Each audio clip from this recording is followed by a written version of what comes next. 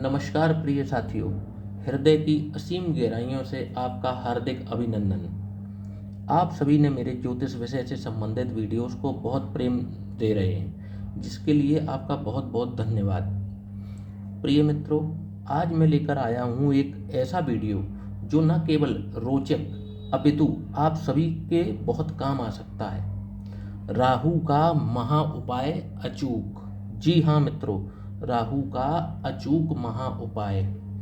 तो आइए साथियों, इस रोचक वीडियो को शुरुआत करते हैं। साथियों, हमने पिछले कुछ वीडियोस बनाए थे जिसमें राहु के पॉजिटिव रिजल्ट्स बताए थे, पर आज मैं राहु के कुछ ऐसे फैक्ट्स भी बताऊंगा जहां राहु लोगों के जीवन को तबाह और बर्बाद करता है, जिसका यदि समय रहते उपाय न किया जाए तो यह जिंदगी बर्बाद करके ऐसे दलदल में धकेल देता है जहां से निकलना बेहद मुश्किल हो जाता है।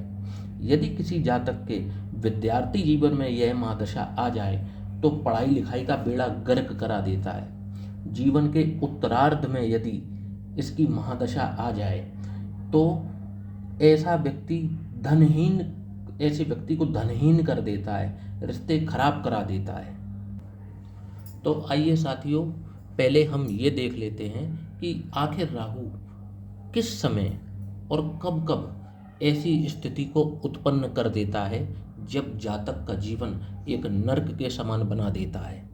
तो पहले हम कुछ बातें विशेषकर ये जान लेते हैं कि आखिर राहु किन किन भावों में सबसे ज़्यादा परेशान अगर करने पे आ जाए तो परेशान करता है। आखिर वे कौन से भाव हैं, इसके पश्चात मैं बताऊंगा कि इन भावों में बैठकर ये किस प्रकार की परेशानियों को देता है, और वीडियो के अंत में मैं आपको ये बताऊंगा कि इसके उपाय क्या हैं जो कि अचूक हैं और एकदम 100% कारगर हैं। तो प्रिय मित्रों, पहले हम जैसे ये कोई भी जन्म पत्रिका हो सकती है, इसमें पहले राहु की ये 6 जो भाव जिनमें ये राहु विराजमान है, यहाँ पर रहकर राहु जब इसको आतंक मचाना होता है तो सबसे ज़्यादा आतंक जातक के जीवन में ये इन्हीं भाव में बैठकर मचाता है।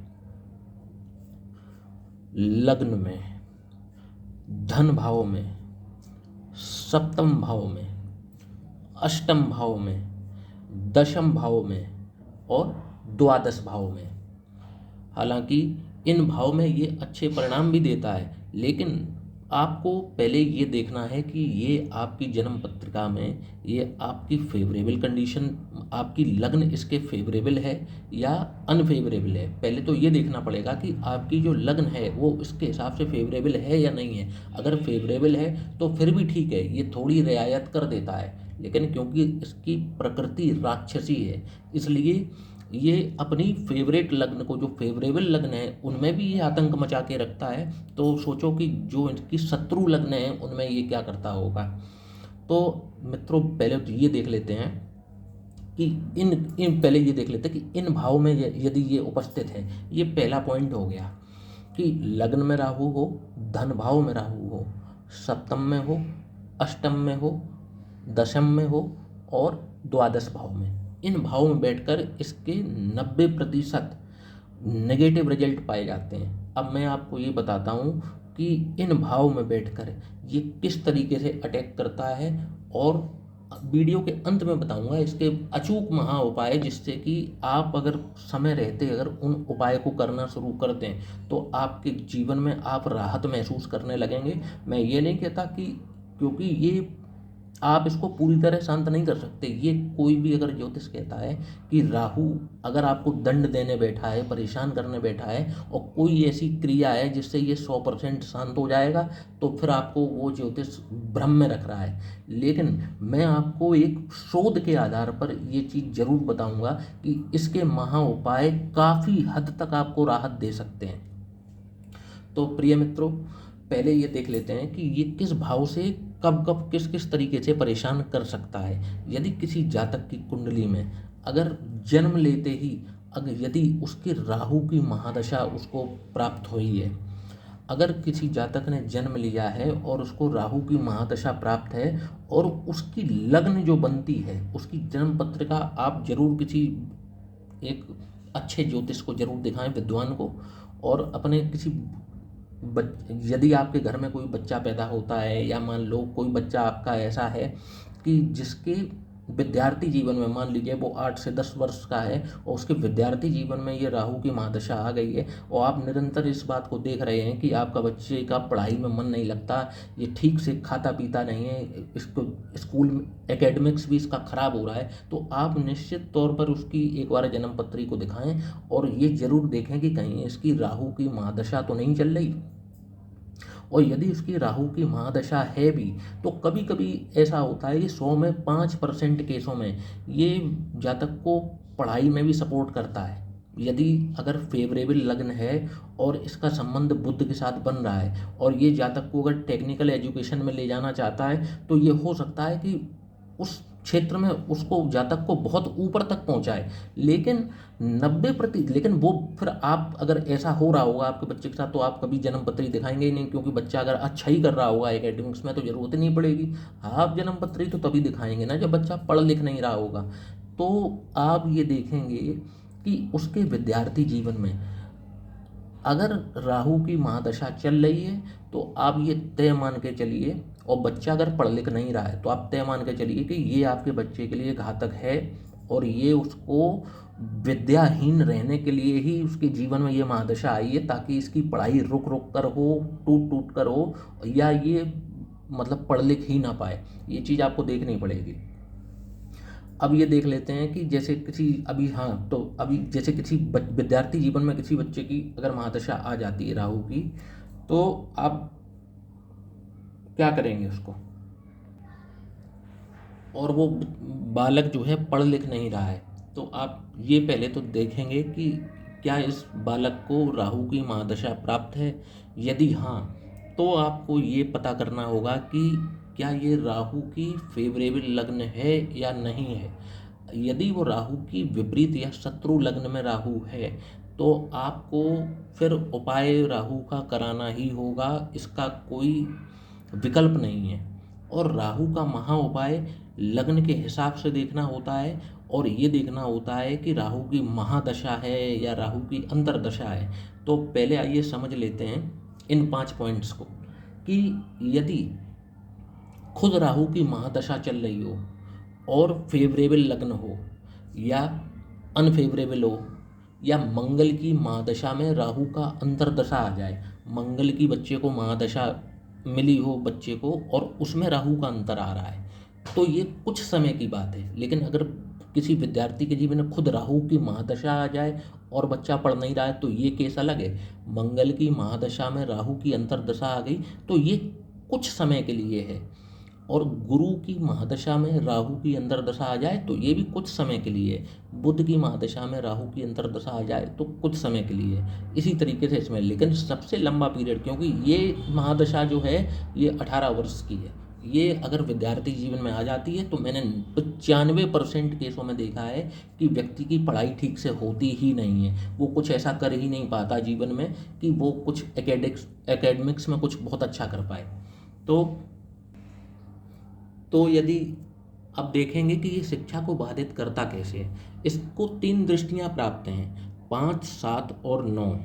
यदि ये आपका बुरा करने बैठा है, शत्रु लग्न में बैठा है, इसकी जो मित्र लग्न है, मैं पिछले वीडियोस में बता चुका हूँ कि इसकी मित्र लग्न जो है वो तुला लग्न है, वृष लग्न है, शनि की लग्न मकर और कुंभ है, और बुध की लग्न मिथुन और कन्या है। तो जैसा कि मैंने इस वीडियो में बताया कि अगर इसकी मित्र लग्न है तो इस बात की गारंटी नहीं है कि ये परेशान नहीं करेगा। इवन मैंने मित्र लग्न में राहु की महादशा और अंतर्दशा में जातक की मृत्यु तक देखी है। अब आप क्या कहेंगे, कन्या, एक ऐसे जातक की मेरे पास जन्म पत्री आई जो कन्या लग्न की थी और लग्न में ही राहु विराजमान थे, राहु की महादशा, राहु की अंतर्दशा, उसमें केतु का प्रत्यंतर और उसमें शनि का अंतर प्रत्यंतर, सूक्ष्म दशा शनि की, और जातक जो है वो उसकी डेथ हो गई। तो आप ये नहीं कह सकते कि राहु अपनी फेवरेट लग्न में बैठा है तो बहुत अच्छे परिणाम देगा। हाँ, बस इतना हो जाता है कि यहाँ कुछ रियायत हो जाती है, अगर ये चाहे तो रियायत हो जाती है। लेकिन अगर ये बिगाड़ने बैठा है तो ये आप पक्का मान के चलिए कि अगर आपने उपाय नहीं किए ये बिगाड़ के ही मानेगा, इसका कोई फिर काट नहीं है अगर आप उपाय नहीं करते हैं। अब देखिए कि ये शिक्षा को बाधित कैसे करता है। ये जैसे लग्न में बैठ गया, इसकी पंचम दृष्टि कहाँ जाएगी, शिक्षा के उस पे जा रही है, इसकी पंचम दृष्टि शिक्षा पे जा रही है। और आप देख रहे हैं कि आपके जैसे किसी बच्चे का राहु लग्न में बैठा है और वो पढ़ लिख नहीं रहा, उसकी पढ़ाई में मन नहीं लग रहा, आप उस क्योंकि ये बच्चे की गलती नहीं है, राहु उसको प्रभावित कर रहा है। ऐसे में आपको चाहिए, यदि बच्चा कुछ समझदार हो गया है तो उस बच्चे की आप ऐसी आदत लगाएं कि ये मंदिर में जाके शिव जी की उपासना करे। और उस शिव जी की जितनी सरल उपासना किसी भी देवता की नहीं है। शिव जी की उपासना में आप कुछ नहीं, बस शिवलिंग के ऊपर उनको जल अर्पण कर दें नित्य प्रतिदिन। और जब कभी हो सके, संभव हो सके, तो उनका दूध आदि दही आदि से उनका अभिषेक करते रहें। शिव जी भोलेनाथ हैं, बड़े ही भोले हैं, बहुत जल्दी प्रसन्न होते हैं। और यदि किसी जातक की कुंडली में अगर उसको राहु परेशान कर रहा होगा, क्योंकि राहु क्या है, राहु भ्रम है, आदमी की बुद्धि को पहले भटकाता है, बुद्धि को भटका के गलत रास्तों पर लेके जाता है। विद्यार्थी जीवन है तो सबसे ज़्यादा ये भटकाएगा। अगर बच्चा कुछ बड़ा है, उसको हो सकता है कि प्रेम संबंधों में उसको डालकर उसको भटका दे जीवन में, हो सकता है उसकी पढ़ाई में ना मन लगकर गलत संगत में बच्चा पड़ जाए। ये इसकी महादशा में अक्सर होता है। अगर इसको बच्चे को बिगाड़ना है तो ये ऐसा करता है। अब इसका उपाय क्या है, शिव जी, अगर महादशा चल रही है तो शिव जी इसका महा उपाय है कि आप शिव जी को बच्चे, अगर बच्चा छोटा है, पढ़ लिख नहीं रहा है और उसका मन नहीं लग रहा है, उसको राहु की महादशा प्राप्त है, आप बच्चे के बिहाफ पर आप उसका नाम लेकर, बच्चे का नाम लेकर आप शिव जी की आराधना कर सकते हैं, उनको जल अर्पण कर सकते हैं, अभिषेक कर सकते हैं। और ये लगातार करते रहना होगा। ये भी मैं बता देता हूँ। आप सोचें कि 4 दिन शिव जी को जल अभिषेक करके आप राहु से पार पा जाएंगे। राहु शांत होता है, खत्म नहीं होता, ये समझ लीजिए आप। राहु शांत बैठ जाता है, क्योंकि जब आप शिव जी की आराधना करते हैं तो पॉजिटिव वाइब्स आना शुरू हो जाते हैं। जो राहु अपने नेगेटिव वाइब्स को छोड़ रहा होता है, वहीं शिव जी के पॉजिटिव वाइब्स आने लगते हैं, तो उसको कंट्रोल करते हैं, ना कि इसको ख़त्म करते हैं। शिव जो नक्षत्र खुद ब्रह्मा विष्णु महेश ने बनाए हैं इस प्रकृति को चलाने के लिए, वो उनको नष्ट थोड़ी करेंगे, नष्ट नहीं होते हैं, सिर्फ उनकी रोकथाम होती है, कंट्रोल में आते हैं ये।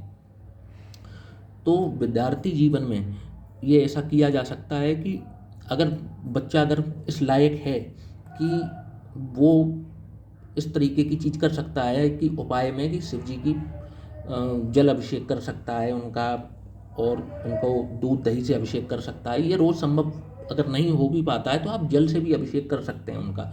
शिव जी प्रसन्न रहते हैं, और जब जब तक शिव जी प्रसन्न रहेंगे, ये राहु कंट्रोल में रहता है, ये बच्चे ये बिल्कुल इस बुद्धि को स्थिर करके रखेगा। और आप देखेंगे कि ये उपाय करने के बाद में बच्चा एकेडमिक्स में भी अच्छा शुरू करने लगेगा, अच्छी शुरुआत करने लगेगा, और वो उसका एकेडमिक्स भी बहुत अच्छी तरह बीतेगा, और उसकी पढ़ाई में रुकावट भी नहीं आएगी। और एक बार जहाँ ये महादशा पार हो गई, उसके बाद में वैसे भी उसको गुरु की महादशा मिलेगी, जिसको राहु की महादशा मिलती है, और गुरु सर्वाधिक शुभ ग्रह हैं। तो इस तरीके से विद्यार्थी जीवन में किसी भी छात्र को राहु की महादशा से निकाला जा सकता है। मतलब उसकी एक ये इसका महा अचूक उपाय है। और इसमें ये नहीं है कि आपको दिन भर शिव जी की पूजा करते रहना, नहीं, सिर्फ शिव जी को आप 1 मिनट जाके जल अर्पण करते हैं बस, और इसको नित्य प्रतिदिन करें। आप देखेंगे कि राहु की महादशा चलते हुए भी बच्चा एकेडमिक्स में बहुत अच्छा करने लगेगा। अच्छा ठीक है, ये तो एक बात खत्म हुई विद्यार्थी जीवन की। और उसमें अगर कोई विद्यार्थी को अगर वो राहु की महादशा प्राप्त है तो ये एक टॉपिक खत्म हो गया।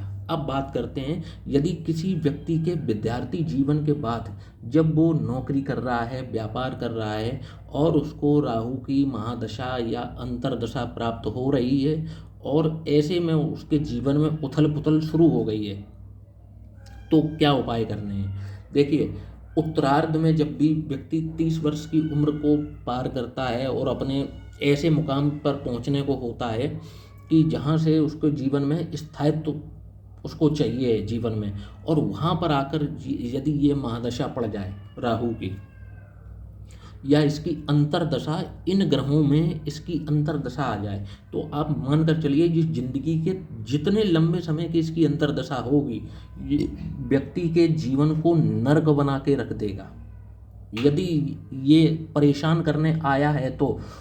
जबकि 100 में से 10% केसों में ऐसा भी होता है कि राहु की अंतर्दशा आई और व्यक्ति फर्श से अर्श पे चला गया। लेकिन अब अपवाद में क्यों जाएं? जो चीज़ 100 में से 90% परेशान कर रही है, तो हम अपवाद में क्यों जाएं? हम यही क्यों मान के चलें कि ये 10% हमारे लिए ही है? हम ये क्यों मान के चलें कि नहीं ये मेरा अच्छा ही करेगा? जब देखते हैं कि ये कलयुग है, यहाँ का ये राजा है और इसकी प्रकृति राक्षसी है, ये राक्षसी प्रकृति का जो भी होगा वो अच्छा कैसे करेगा? तो ये मानकर चलिए कि यदि किसी व्यक्ति की उत्तरार्ध में इसकी महादशा पड़ गई, तो फिर वही उपाय इसका। अगर महादशा है तो शिव जी के आपको चरण पकड़ने पड़ेंगे कम से कम 15 से 20 साल के लिए। मतलब ये ऐसे छोड़ने वाला नहीं है। अगर आपको पता चल जाए इसकी महादशा चालू होगी, सबसे पहले ये रास्ते बनाता है।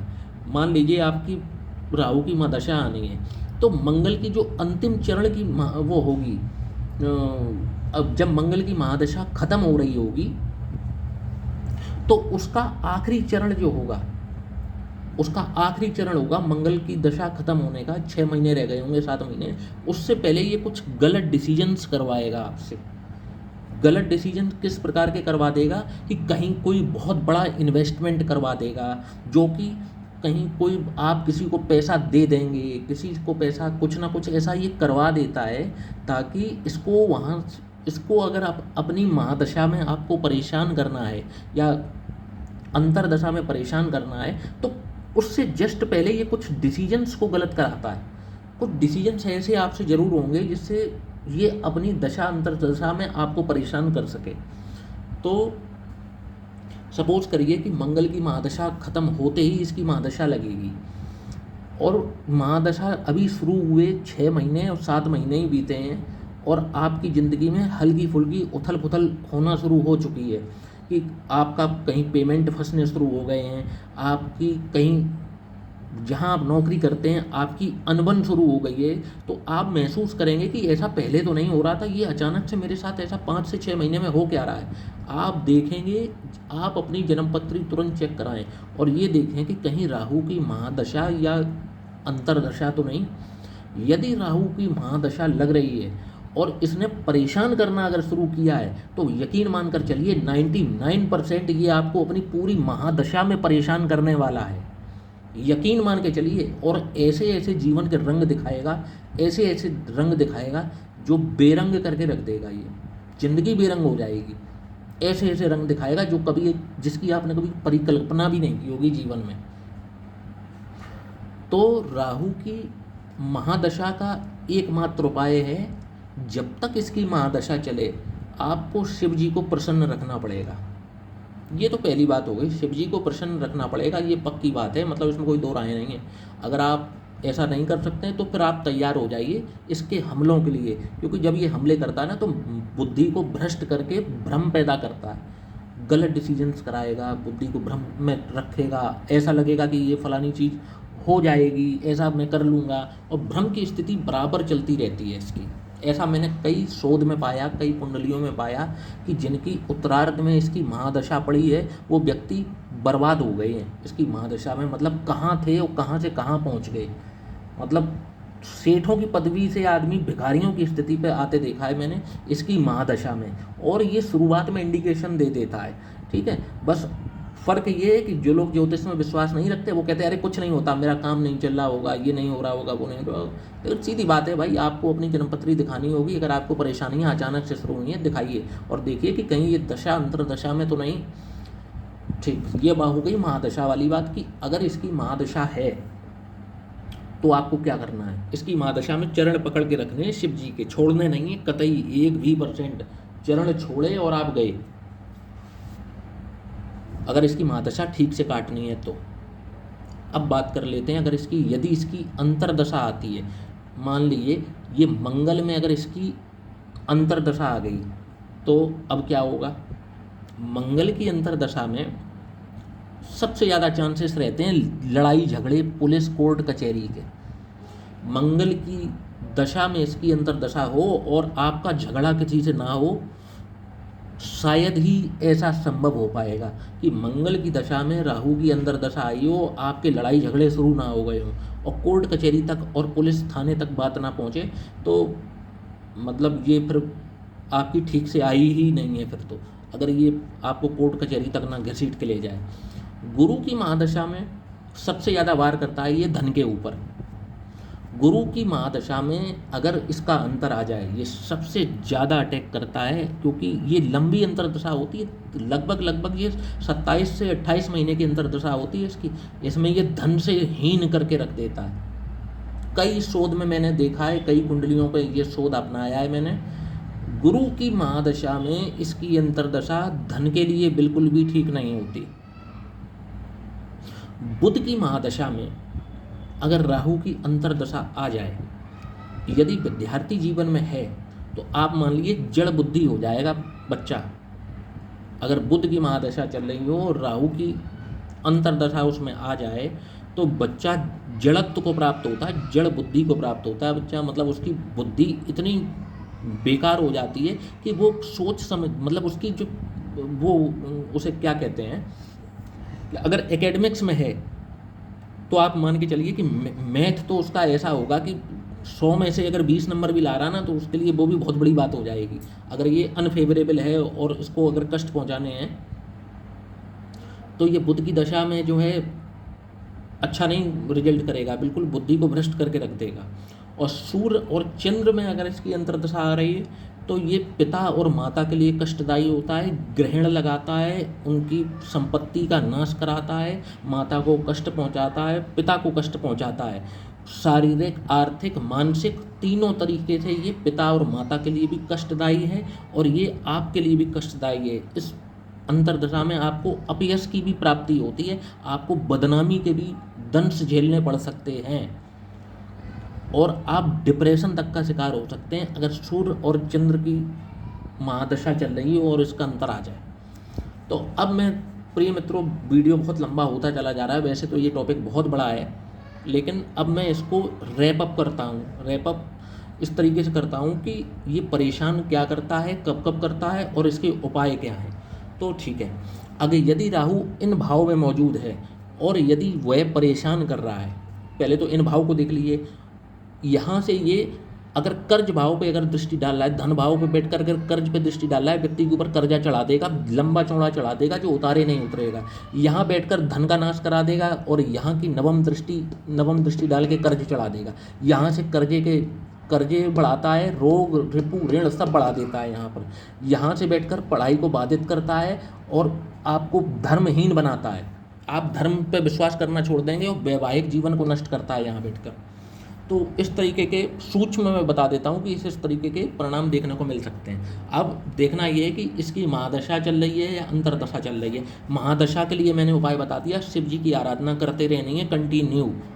यदि मतलब आप शिव जी की आराधना जिस दिन आपने छोड़ी, उसके 10वें या 15वें दिन आपको फिर से इसका दंश झेलना पड़ सकता है। ये लंबा चौड़ा फंसा सकता है आपको, इसलिए लगातार आपको शिव जी की चरण पकड़ के रखने पड़ेंगे। ये मैं बार बार इसीलिए कह रहा हूँ कि क्योंकि ये प्रैक्टिकल और बिल्कुल शोध पर आधारित है। शिव जी को जल अभिषेक करते रहें और शिव जी को त्रिपुंड बनाकर वही चंदन अपने माथे पर लगाएं। आप देखेंगे कि आपकी मानसिक स्थिति ठीक होना शुरू हो गई है, आप भ्रम से निकलना शुरू हो गए हैं और आप डिसीजंस अच्छे ले पा रहे हैं, यदि आप इसकी महादशा में ये उपाय करेंगे तो।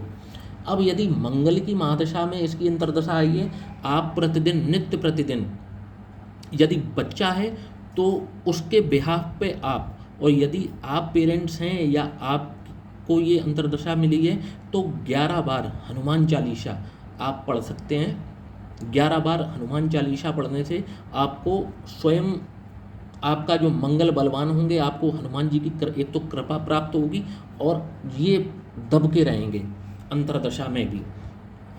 उसके बाद में अगर गुरु की महादशा में आपको अगर राहु का अंतर मिल रहा है, तो अगेन आपको शिव जी की आराधना करनी पड़ेगी।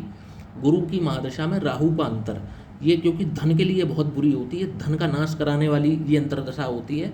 इसलिए इस अंतर्दशा में भी आपको शिव जी को जल अभिषेक, हो सके तो समय समय पर महीने में 1 बार या 2 बार रुद्राभिषेक, क्योंकि ये पीरियड होता 27-28 महीने का है। अगर आप इससे बच के निकल गए तो अगेन आपकी ज़िंदगी में फिर से हालत ठीक हो जाएगी। और अगर ये खराब करने आएगा तो ये महीने 2 महीने जैसी अंतर्दशा लगेगी आपकी, आप देखेंगे कि आपकी ज़िंदगी में उठापलट चालू हो गई है, उठापटक चालू हो चुकी है। तो आप ये उपाय कर सकते हैं शिव जी का, उनको जल अभिषेक, रुद्राभिषेक एवं उनको चंदन लगा के आप अपने माथे पर चंदन धारण करें और उनको नित्य प्रतिदिन बेलपत्र अर्पित करते रहें। आपको इस अंतर्दशा से, परेशानियों से मुक्ति अवश्य मिलेगी। इसके बाद में यदि बुध की महादशा में अगर राहु की अंतर्दशा आती है तो आपको विष्णु भगवान के आराधना करनी होगी समय समय पर। आप उनका चाहें तो आप सत्यनारायण का कथा करा सकते हैं, महीने में 1 बार करा सकते हैं आप सत्यनारायण की कथा। ये भी इसमें बहुत लाभकारी होती है। बुध की महादशा में राहु की अगर अंतर्दशा आ जाए तो ये लाभकारी होती है। और आप विष्णु भगवान का नित्य प्रतिदिन ध्यान कर सकते हैं।